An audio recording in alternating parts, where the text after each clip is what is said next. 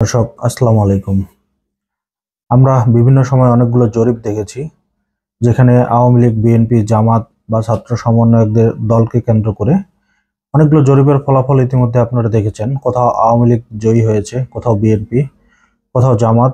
এই জরিপগুলো ছিল অনলাইন ভিত্তিক জরিপ বা নিউজ পেপার ভিত্তিক জরিপ। এই জরিপগুলোতে অনেক কিছুই কিন্তু উঠে এসেছে। তবে এই জরিপগুলো নিয়ে অনেকেই অনেক মন্তব্য করেছেন। কেউ পজিটিভ মন্তব্য করেছেন, কেউ নেগেটিভ মন্তব্য করেছেন। তবে বাস্তবে একটা ভিন্ন চিত্র উঠে এসেছে জেলা পরিষদ আইনজীবী সমিতির নির্বাচনগুলোতে। বাংলাদেশের অনেকগুলো জেলায় ইতিমধ্যে আইনজীবী সমিতির নির্বাচন হয়েছে। সেই নির্বাচনগুলোর ফলাফল দেখলে আপনারা হতবাক হয়ে যাবেন। এই আইনজীবী সমিতির নির্বাচনগুলোতে আওয়ামী লীগ অংশগ্রহণ করেছে, বিএনপি করেছে, জামাত করেছে। এছাড়াও অন্যান্য অনেক দলেরই সদস্য কিন্তু এই নির্বাচনে অংশগ্রহণ করেছিল। আমার হাতে বেশ কয়েকটি জেলার নির্বাচনী তথ্য রয়েছে। আইনজীবীদের এই ভোটকে কেন্দ্র করে বাংলা ট্রিবিউন বেশ কয়েকটি নিউজ করেছেন এবং যেসব জেলায় ভোট হয়েছে সেই জেলার ফলাফলগুলো তারা তুলে ধরেছেন।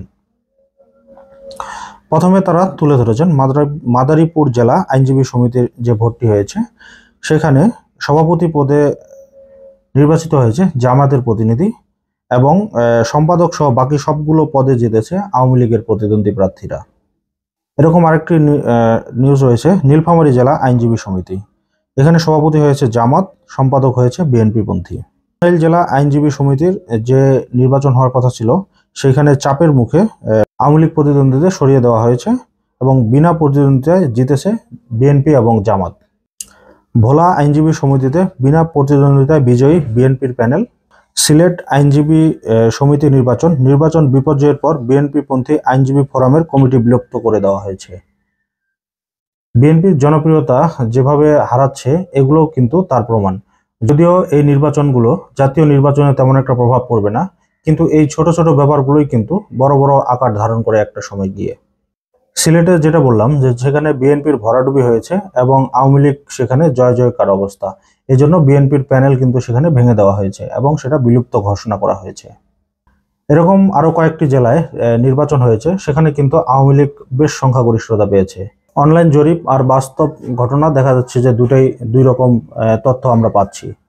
অনেকেই ইতিমধ্যে বলা শুরু করেছেন যে হাসিনা সরকার পতনের 6 মাস হতে না হতেই কিন্তু বিএনপি তাদের জনপ্রিয়তাটা ঠিকভাবে ধরে রাখতে পারছেন না। অনলাইন জরিপগুলোতে কিন্তু দেখা গিয়েছে বিএনপির কিন্তু খুব একটা পাত্তা নেই, কিন্তু জামাত সবগুলো অনলাইন জরিপেই কিন্তু জামাতের একটা ভালো প্রতিদ্বন্দ্বিতা ইতিমধ্যে কিন্তু লক্ষ্য করা গিয়েছে।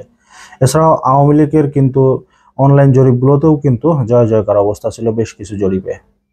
আবার ইনকিলাব যে জরিপটা করেছিল সেখানে আবার বিএনপির অবস্থা খুব ভালো ছিল।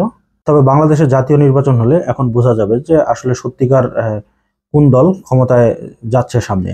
যদিও ইতিমধ্যে সব দলের পক্ষেই বলা হচ্ছে যে যত দ্রুত সম্ভব নির্বাচন দেওয়ার কথা, কিন্তু ইউনূস সরকার কিন্তু এই নির্বাচন নিয়ে ততটা মাথা ঘামাচ্ছে না।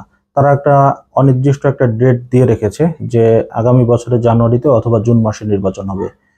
সর্বশেষ নির্বাচনেই মানুষের ফলাফল নির্ধারণ করবে যে ভবিষ্যতে কে ক্ষমতায় যাবে, বিএনপি নাকি জামাত, নাকি আওয়ামী লীগ নির্বাচনে অংশগ্রহণ করতে পারলে আওয়ামী লীগ ক্ষমতায় যাবে আবার।